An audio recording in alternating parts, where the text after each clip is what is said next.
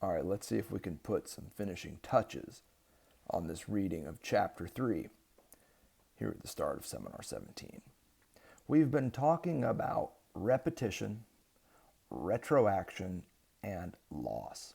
And I think you now have a sense of how these three phenomena fit together.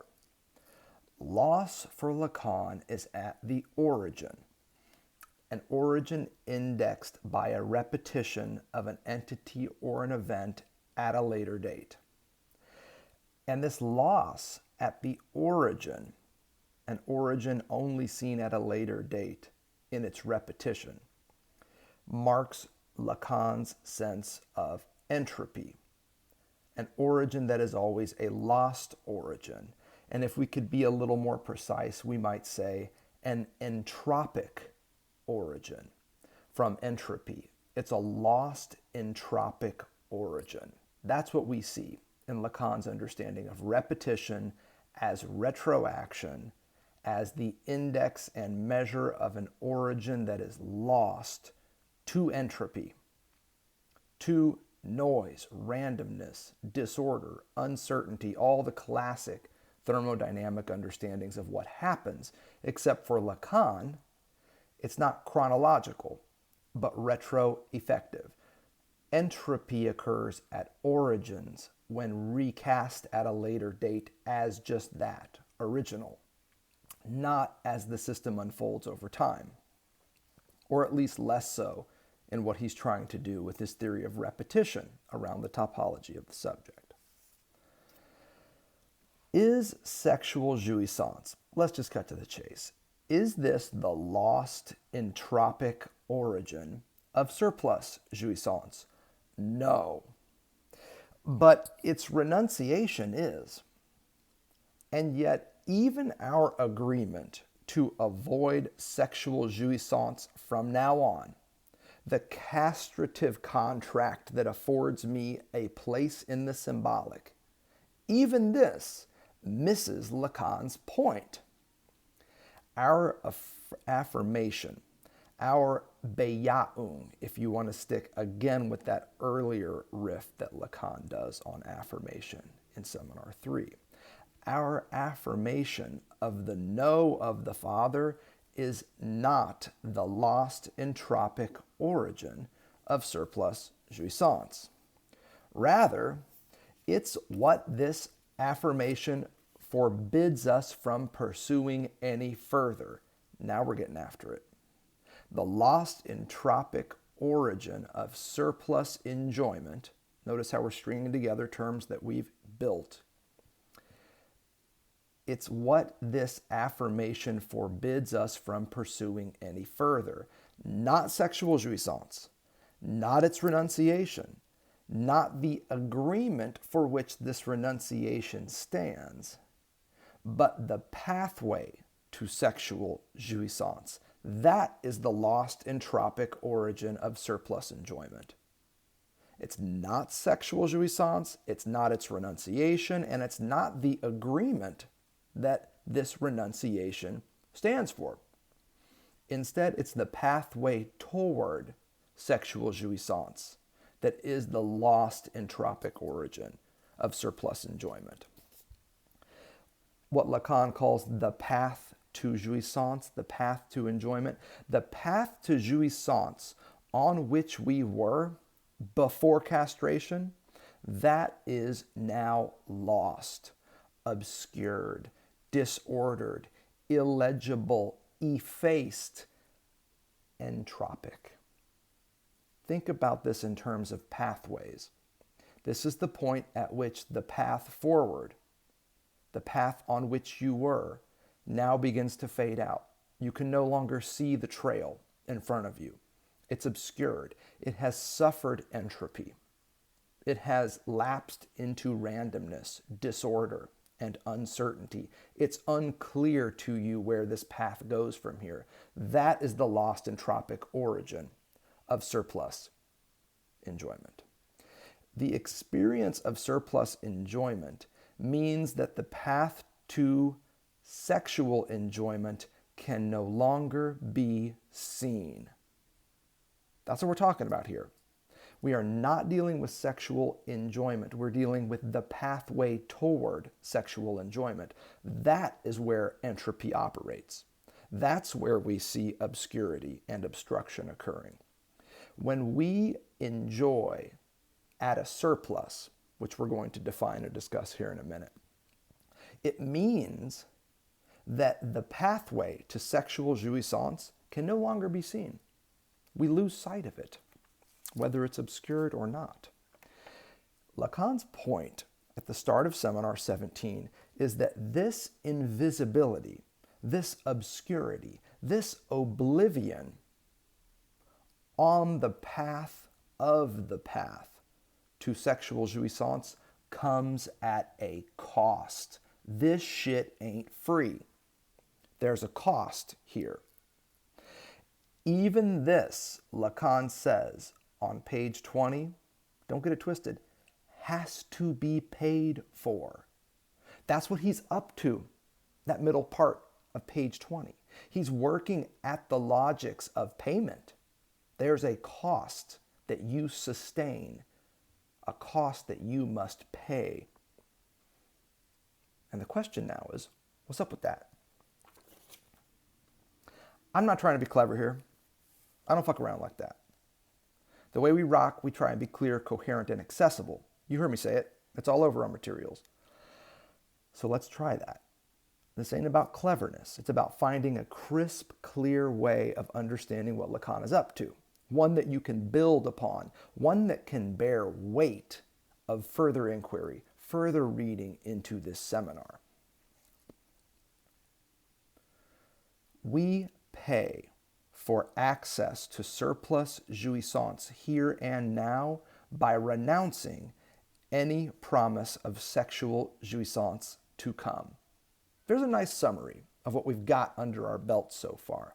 We pay for access to surplus jouissance. Here and now, going forward, we get surplus jouissance. We have access to it. Welcome to the jungle. I'm sorry, I mean late capitalism. By renouncing any promise of sexual jouissance to come, which is precisely why the logic of late capitalism is always some variation on commanding us to enjoy at the level of sexual jouissance, right? And why that imperative always has to come from the superego. The superego gets off on punishing us for not living up to the imperatives that it issues. Enjoy, exclamation point, that people just love to discuss apparently. Enjoy comes from the superego, and it's enjoyment at the level of sexual jouissance that we can't get to. We ain't ever been there, and now we can't even find the path, and you're telling me to get after it? Oh, Lord, that's a difficult thing to do, and the superego's right. Is like, that's right, and that's why you suck. Anyway, we're not going to go into that. The point here is that the payment that we render, that we tender beings render, if you want to start really fucking with it. It's tragic. It's tragic. This is a hilariously comic corrective to a truly tragic situation known as consumer capitalism that we're working towards here, man. So you gotta crack up at whatever you can get your hands on here.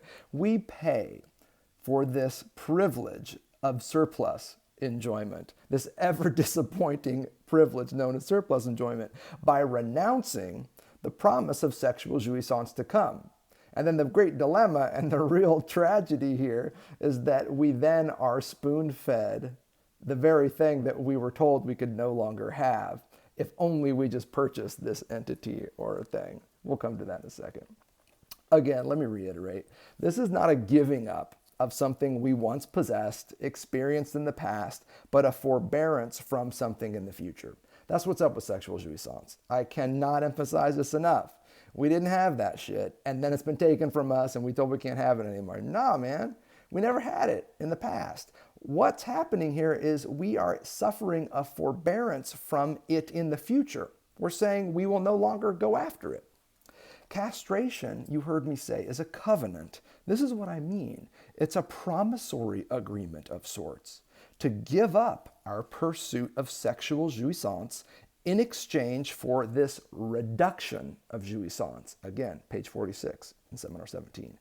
A reduction of jouissance that functions as a surplus relative to this loss, this giving up, this renunciation, this promise to go no further. The surplus here is a little something that we get beyond, in addition to, this loss. It's a compensation of sorts, Lacan even says. So, we have two core concepts at this point that we're working on. There's surplus enjoyment and sexual enjoyment. Surplus enjoyment as a reduction of jouissance that is accessible to castrated and barred subjects in the symbolic order. There's our first preliminary definition of surplus enjoyment. And again, if you've seen our series on 16, you know where we're going with this. This is still by way of review, by way of ramp up to this text, because this is part of what Lacan assumes you've already got in mind. He assumes you were there for 16. Whether you were or you weren't, this is us ramping up to where he anticipates his audience heading next. Then you've got sexual jouissance, this lost entropic origin. The pathway to sexual jouissance is the lost entropic origin of surplus jouissance, indexed by surplus jouissance. A pathway that is hereafter obscured, a pathway whose obscurity from now on we simply accept. That is the primitive affirmation. That is the Bejahung that is happening here. We accept that that pathway is now obscured and obstructed, and we try and get on thereafter. What exactly then is surplus enjoyment? In short, as you just heard me allude to, it's commodity consumption. It's an acceptance of sublimated metonymic stand-ins for all the proverbial lost objects that psychoanalysts love to discuss left and right. The more Lacanian you are, the more you like to bandy about lost objects. And you can, I'm cool, I'm not trying to push anybody's buttons here, but I think there's a little more to this. Surplus enjoyment traffics in this fetishization of lost objects. So the lost object is the breast. And the substitutive metonymic stand-in for this that is sublimated, read socially acceptable because mom sure ain't going to show up and put her tit in your mouth anymore. Okay, I don't know what it is. It could be a cigarette. It could be a drink. It could be your thumb. It could be your fingernails, whatever you chew on. How about a piece of gum? Feces.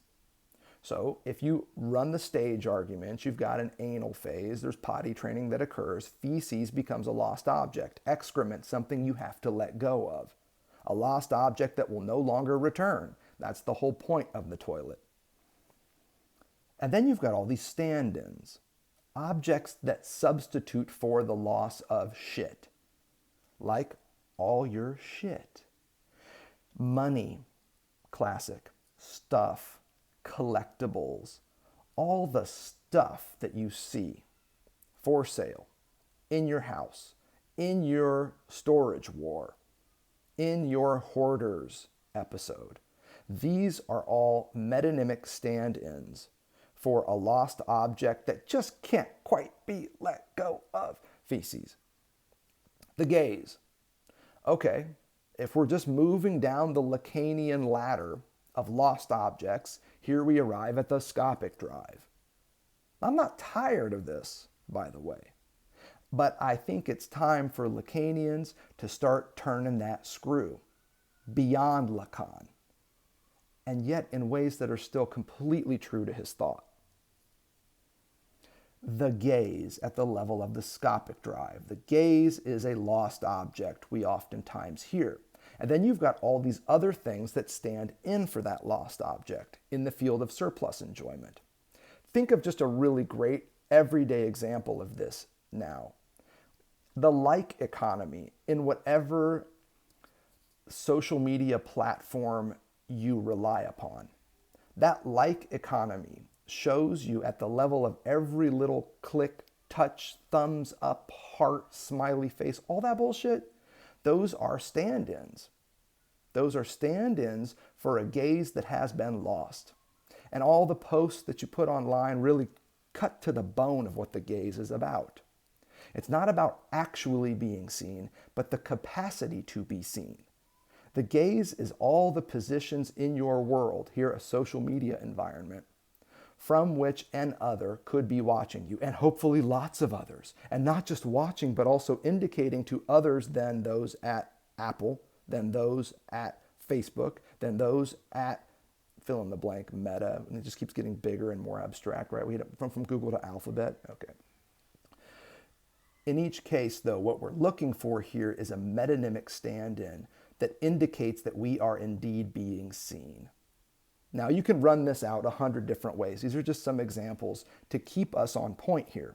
Surplus enjoyment marks an acceptance of sublimated metonymic stand-ins for proverbially lost objects. Stand-ins that in their consumption we get a little spike, a little taste of enjoyment. That's surplus enjoyment. It's a little something extra. We could go on down the ladder into the voice and talk about the things that stand in for that metonymically. We don't need to. The point, I think, is pretty clear. Surplus enjoyment at a really basic level is what the child experiences when, after the breast refuses to return, they start sucking their thumb, their pacifier, their sippy cup, whatever. It's that resorting to a substitute object when the primordial object refuses to return. And that's what weaning is, okay? The breast refuses to return. Potty training, the shit goes away. And then there's this opportunity right there. Do you sustain and stick with lack, conditioned by the loss of that object?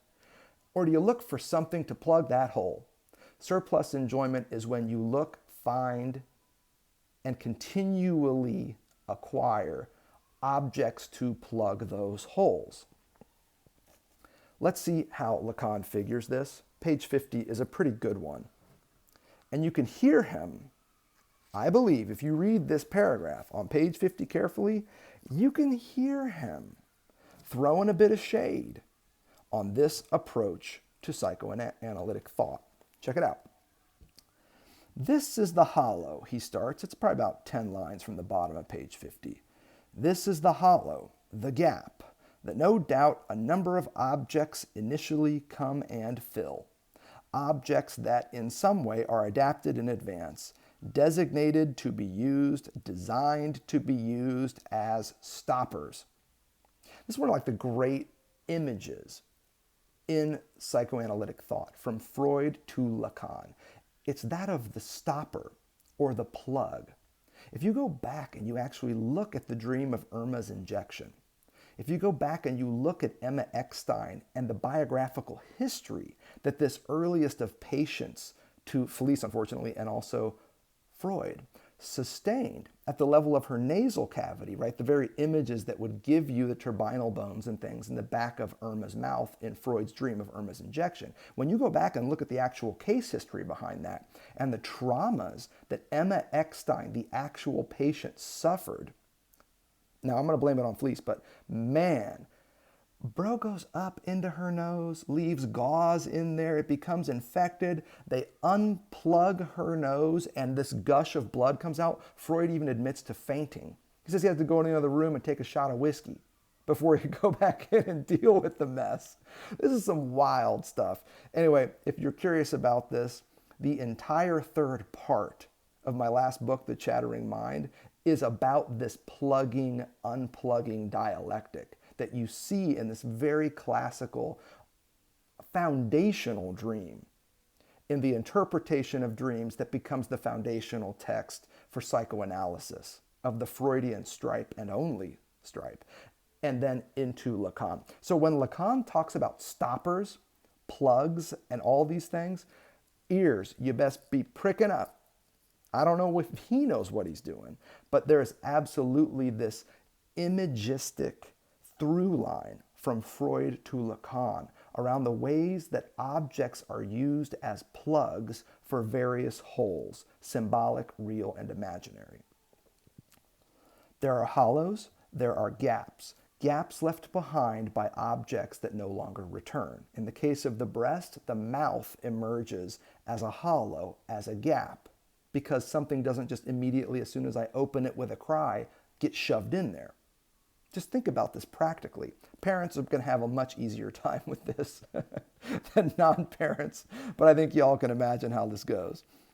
There is this hollow, and then initially a number of objects come to fill it. Objects that in some way are adapted in advance, Lacan says, designed to be used as stoppers, corks, plugs. This is no doubt, Lacan continues, where a classical analytic practice stops.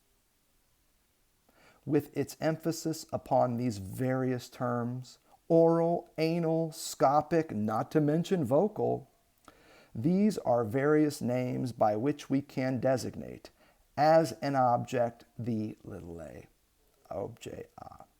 But the little a as such is, strictly speaking, what follows from the fact that at its origin, knowledge is reduced to an articulation of signifiers. So everything in this paragraph, up to that final sentence, is Lacan taking a bit of a shit on the traditional approaches to drive theory. And then you get at the end. Don't forget, Lacan insists that the object of the drive is object little a. And part of the question that we answered in our previous series is, what exactly is the nature of that little a in the diagram of the drive? And if you've seen the series, if you've heard it on the podcast, if you, I don't know, when it comes out, you'll know exactly what we're talking about here.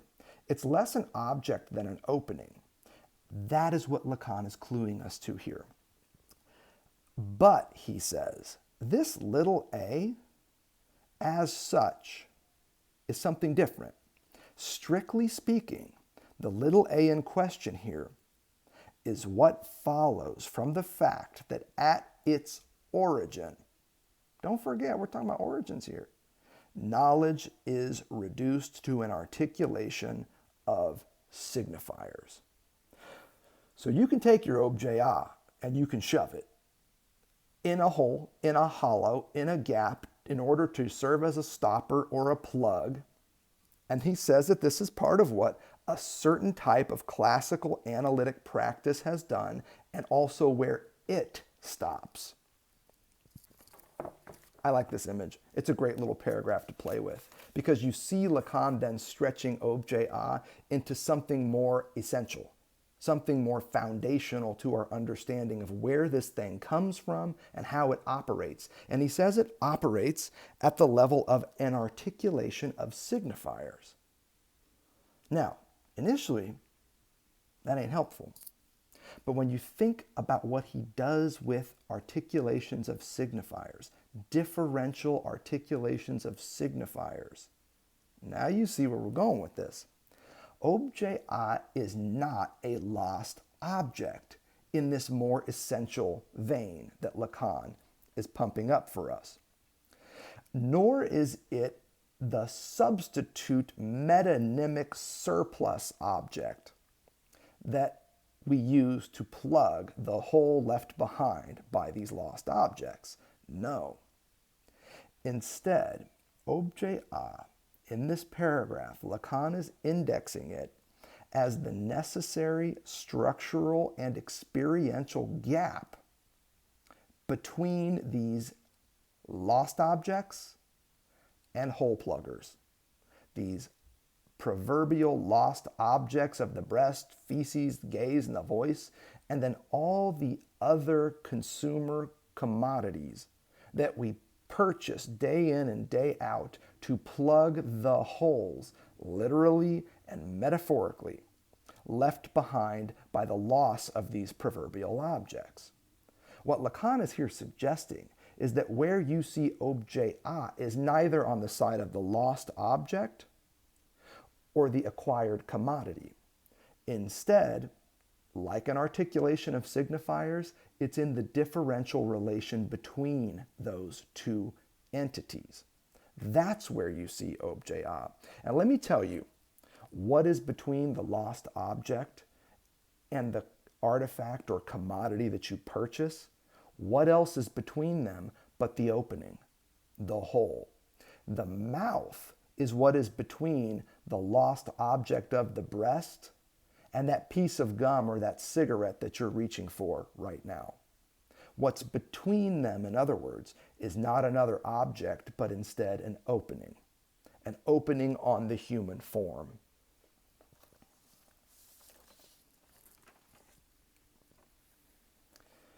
This return to objet a as a differential relation between signifiers that, like this very definition of language, bear repeating in order to sustain meaning, is a clue. This is a clue buried in a paragraph on page 50 in Seminar 17. It's not just a clue to the operation of surplus enjoyment relative to this obscured and obstructed path towards sexual enjoyment. Nah, man. This is also a clue to something else, a way of being in the world with oneself and others that defies surplus and sexual jouissance alike, and opens us up, I believe, to another, more satisfying and certainly more sustaining pathway to enjoyment. This is one we're going to have to earn. Let me be clear. When we pay for surplus enjoyment with sexual enjoyment, we exchange the latter for something else. What is surplus enjoyment? Very early on in Seminar 17, Lacan, almost the first time he introduces the topic of surplus enjoyment, he links it to desire. This is the first step in realizing this other clue, this clue to a third pathway, returning to this early connection between surplus enjoyment and desire. Notice how Lacan puts this. It's on page 19 of Seminar 17. The relationship to jouissance is suddenly made to appear in a different light by this still virtual function called the function of desire. And he's talking about the relationship to jouissance conditioned by the shift to surplus jouissance. You can go back and read page 19 and see where I'm getting this quote from. This relationship to jouissance that we know as surplus enjoyment, it's suddenly made to appear in a different light, connected to something virtual that is the function of desire. Here's how I read this passage. Surplus enjoyment is desire spiked with jouissance. It gives us a hint of enjoyment, a spike of dopamine, but one that doesn't last and barely satisfies us even in the moment that it enjoys. That's the nature of surplus enjoyment. That shit don't last, and even when it's in place, occurring, it's still a fucking letdown. And yet, here's my point, here's my wager, here's the clue. I believe that this spike of surplus enjoyment, and I believe that Lacan's work in the late 1960s shows this through and through. I believe that this spike of surplus enjoyment also puts us on the path to something I call real enjoyment. Not enjoyment denigrated by desire, which is what we see in surplus enjoyment, but enjoyment at the level of the drive. Consider, for instance, the life of a consumer product.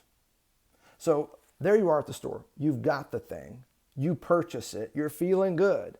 Damn, them sneakers are fire. And you've got your sneakers. You've got your new shoes. And you put them in the car and you drive home. My understanding, and big shout out to the group on the Seminar 16 series, because y'all called my attention to this in one of the discussions. Wow, very interesting. My understanding from these folks is that the peak of your enjoyment of the product, of the commodity, comes not in its purchase, not in its wearing, but in the unboxing. The unboxing of the artifact is the most you're ever going to enjoy it. So, it's when you get home and you put the shoebox on the counter and you open the shoebox lid and you peel back that crinkly paper and you see the sneakers in the box. That is the peak of surplus enjoyment at the level of commodity consumption. After that peak, it is just a gradual decline to trash, to deject, to reject. So you have this shiny object in a box, hear me now, and then you've got this gradual decline through various wearings and trips and experiences where you wear your sneakers. You'll remember the first time you wear them, but not like the 73rd time you wear them. And you've got this gradual decline to the point where the sneakers become worthless, where they maybe get donated, given to another person, thrown in the garbage. This transition from shiny new object to piece of shit to be thrown away is a transition from the specular figure of little a, if you recall the first diagram of our last series, all the way down to objet a qua shit, qua reject, which is also how Lacan is using it in Seminar 17. This transition from that spike of surplus enjoyment to the commodity no longer providing any kind of enjoyment, no longer triggering any kind of desire for its use. In fact, your desire has already moved on to other shoes at that point. In fact, it's maybe even because you've already purchased another pair of new sneakers that you now decide finally to let go of your previous pair, the pair that we've been discussing, that has now become trash. I cue this up to you because I want to think about what we do when the commodity becomes shit.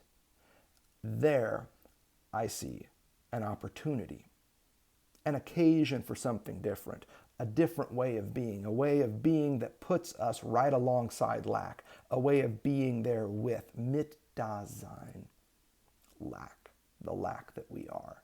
And this is how I read the drive. But let's take another commodity. You heard us talk about the oral drive. You heard us talk about cigarettes. I also brought up gum. It's not the first time you've heard me talk about gum. If you've seen our series on the drive, you know that series ends with a child blowing bubbles with a gum. What happens, though, when gum loses its flavor?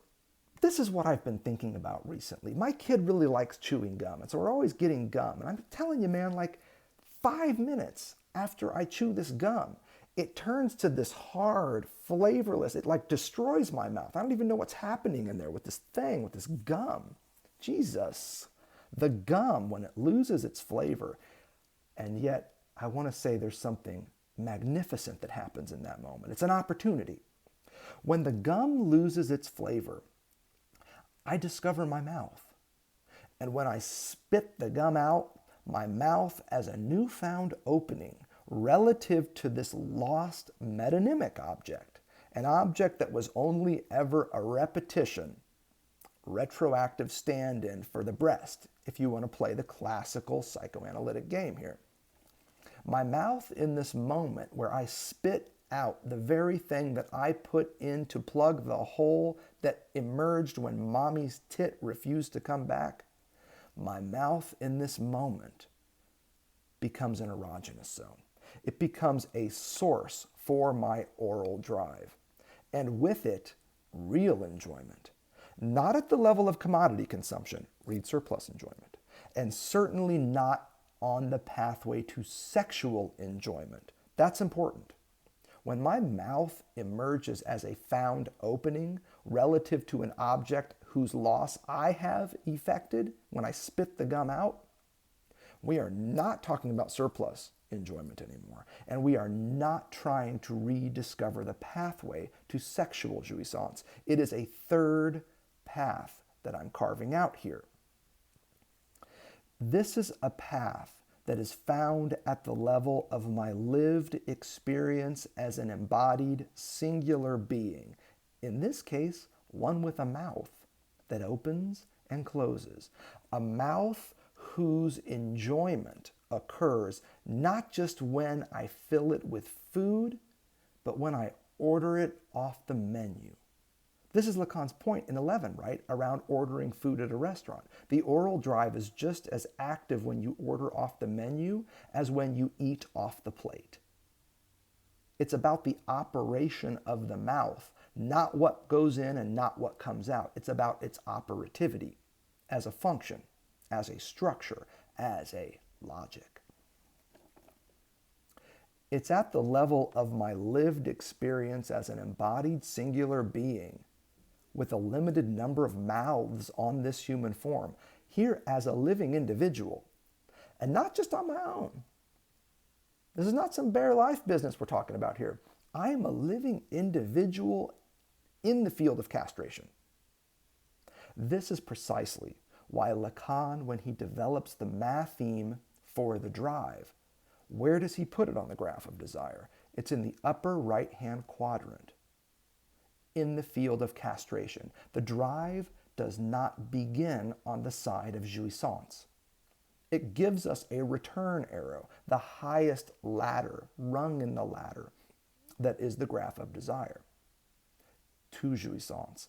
But the drive itself is located in the field of castration, in the midst of castration. So I'm not just a living individual with a mouth that is embodied and uniquely my own, and interestingly, if you're lucky, also not for sale. I'm a living individual who is living in the field of castration, also as a divided barred subject. Don't forget the barred subject, even though it fades from the drive, it is also present in the matheme of the drive, and for good reason. The shift I'm trying to get us to think, and that I've been trying to get us to think from our series on the drive up through 14, through 16, and now here in 17, with, I think, some pretty good evidence here, is that we need to figure out a way to re-theorize the drive apart from lost objects, whether they are original, proverbial, mythical, or metonymic, substitutive, and surplus, away from these lost objects and the things we buy to plug the holes they leave behind, to the found openings that are constantly emerging in this toggle between proverbially lost objects and consumer commodities that we buy to plug the holes. It's the holes that bear interest here, and that is the object of the drive. When Lacan puts objet A in the diagram of the drive, that ain't an object in there. It's an opening. And it's an opening that ultimately traces its connection to a source that is on the human form. These are found openings, conditioned by lost objects. Not about objects, but openings on the human form. Openings whose operation allow them to be opened and closed. Mouths, anuses, eyelids, outer ears, hands, vaginas, urethras, penile grooves, pores, nostrils. You just keep going. Anything that can be opened and closed on the human form can become an erogenous zone and thus a source for the drive, and a site in which you can see objet A as opening, operating. All of this, I want to suggest, is occasioned by the decline and ultimate rejection of metonymic objects of desire, read consumer commodities, and thus surplus enjoyment as well, leaving in their stead only objet A as a found opening whose operativity is conditioned by rejection as rejection. This is what Lacan's up to when he says objet A functions as a reject. It marks a reject. And here's the thing. This is a found opening that's just for me. Just for us. Just for you. The final word in chapter 3 is also a really good one for us, because it suggests that These found openings that put us on the path to objet A as reject are especially relevant to the work of the analyst. This decline and ultimate rejection of surplus jouissance is well displayed in the discourse of the analyst, whose dominant position, whose agential position you see as objet A, and that for Lacan is the dominating position of the reject. Analyst as reject, how can you not love this? Notice how Lacan cues this up, and I mean it literally as the last sentence or two in chapter 3, page 53. It is to the analyst, and to him alone, that this formula I have so often commented on, wo es war, soll ich werden. You've heard it before. It's this famous Freudian bumper sticker. If you don't have this yet tattooed across your lower back, you are missing out. Legit, though, this would be a pretty fire tattoo. It is to the analyst and to him alone that this formula I have so often commented on, this wo es war, soll ich werden, is addressed. That shit is addressed to the analyst and to him alone. What does he mean by this? If the analyst tries to occupy this place, which determines his discourse at the top left, he is absolutely not there for himself. It is there where the surplus jouissance, the other's jouissance, was, that I, as proffering the psychoanalytic act, must come. This is his latest, maybe his greatest, reading of that famous Freudian maxim, where surplus enjoyment was psychoanalytic theory and technique. But here the emphasis is on technique, must become. The psychoanalytic act is premised not on the renunciation of sexual enjoyment. Tune in, y'all. This is the renunciation of surplus enjoyment.